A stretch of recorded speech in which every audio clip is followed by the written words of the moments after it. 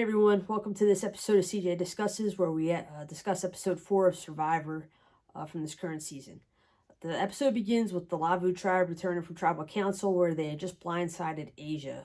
Everybody thought that Saul was going to be going out, but he was able to go ahead and escape. Teeny was also part of the blindside. She thought that Saul was also going out. She voted for him, so she's now trying to explain to him why she voted for him, even though she swore that she never would. So it's a little bit of breach of faith right there.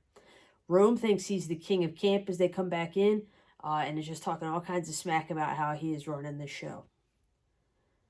Fast forward to the next morning, and we get a little look into the Gata camp, and they are in a full-blown rap session, and I just don't want to talk about it. It was the worst thing ever, it should just be left right there.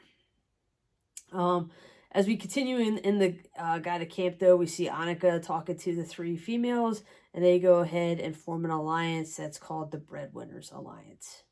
Over at the Taku tribe, we are all tears and despair. Sue is feeling down because camp life is getting hard for her. They're 8 days in. They're not really eating anything, and she's just starting to feel it. Gabe sympathizes with her, and they form an alliance together.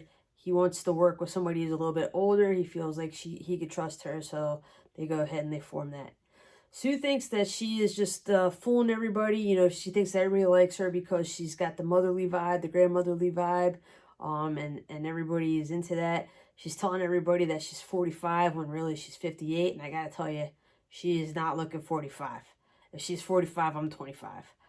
She needs to stop lying to herself and everybody else and just go with what your real age is, because those age lines ain't lying, lady.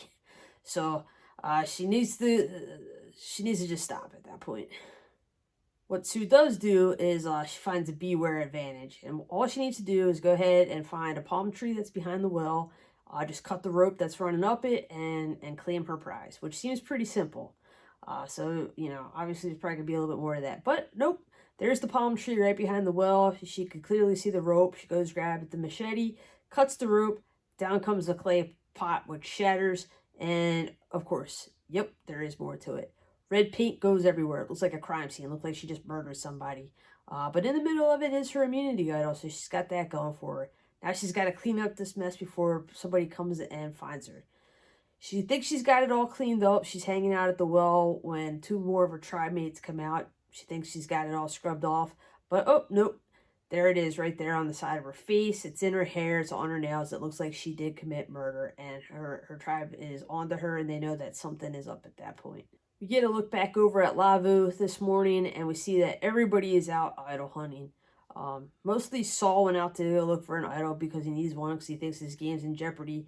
And Rome isn't having it, and now everybody's out looking for an idol.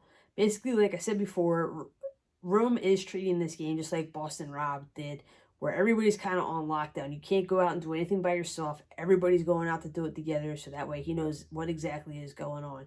And I don't see how this is going to last for very long. Nobody wants to be controlled, especially when, you know, it's an individual game, and the only way that you can win is to go ahead and try to find these advantages for yourself.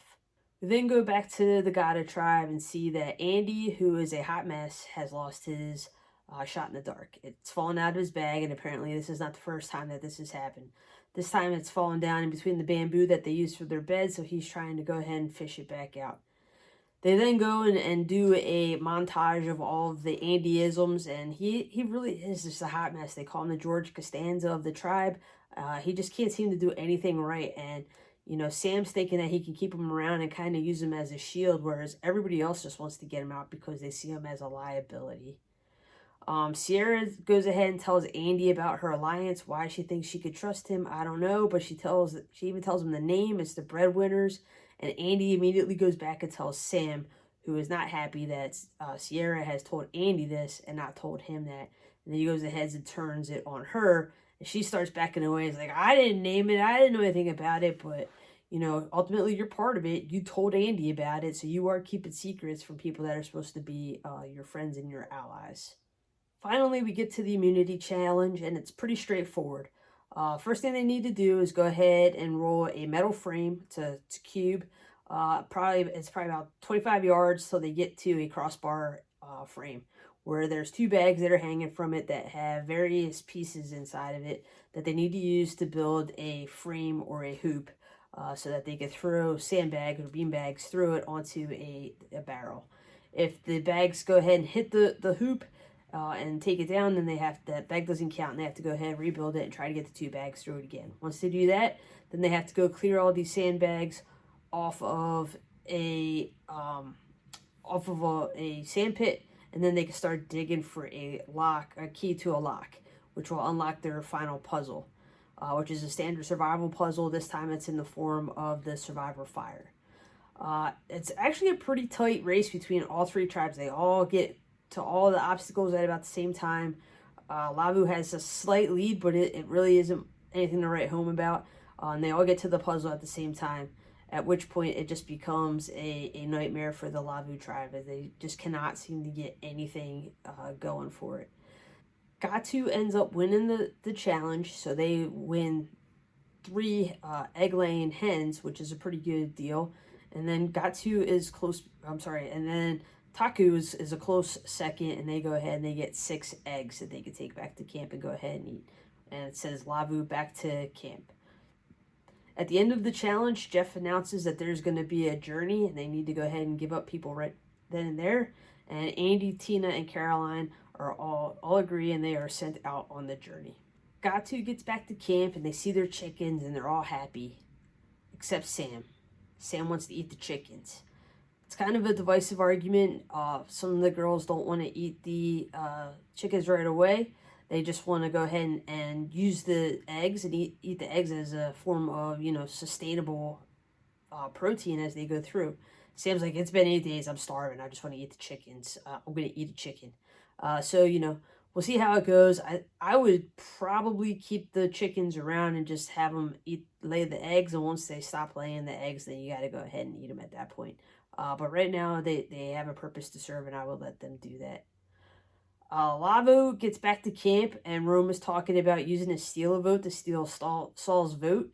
And then he goes ahead and puts the squeeze on Saul and basically tells Saul if he doesn't vote for Genevieve that night, then he's going to steal his vote and he's going to vote him out. Saul doesn't take very well to the threat, and he calls it a threat. Rome calls it an ultimatum, call it what it is. But, Rome's really strong-arming Saul, and Saul ain't having it. And if I were him, I probably would have gone to blows at that point. Kishan comes up with a plan, and he takes it to Genevieve, where he thinks that he can get Rome to go ahead and steal Saul's vote for Saul twice, but Kishan and Genevieve then vote for Rome, and then it goes to a revote where they'll have Rome on the numbers and be able to vote Rome out. Everything seems good. They're pretty much banking on Teeny losing her vote on the journey. That's pretty much the plan going into it until Rome tells Genevieve that Kishan's the one that threw her name out for Saul to go ahead and vote for as the sacrificial lamb. And Genevieve isn't having it, and she starts labeling Kishan as the mastermind. So now we got chaos at the camp. Meanwhile, on the journey, the 3 participants all get on the beach, and of course they got to spill the tea about what's going on at their camp.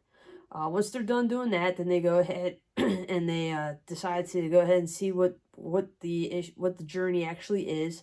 They flip over the hourglass and they read the instructions. And basically, somebody has to give up their vote. Somebody has to go ahead and agree to basically lose a vote, and then in return, all 3 of them can get an advantage. If they can't agree on who's going to lose the vote before the hourglass runs out, then they all lose their vote. So Andy and Caroline are pretty much hard-nosed, so they basically force Teeny to make the decision. Teeny decides to go ahead and take the hit because she knows that either way she's going to lose her vote, so why not get something for it? And I see the logic in that. There definitely is logic in that. So they get the amulet advantage, and what that is they can't use it until they get to the merge. And then they have to agree to basically pick somebody that they're going to use this immunity idol on. They have to, all 3 of them have to agree, and it all has to be used at the same time. If only 2 of them get to the merge, then 2 of them have to do it. If it's just one, then this is just a straight up immunity idol. So it's something new and something that is a little bit different than what we've seen in the past.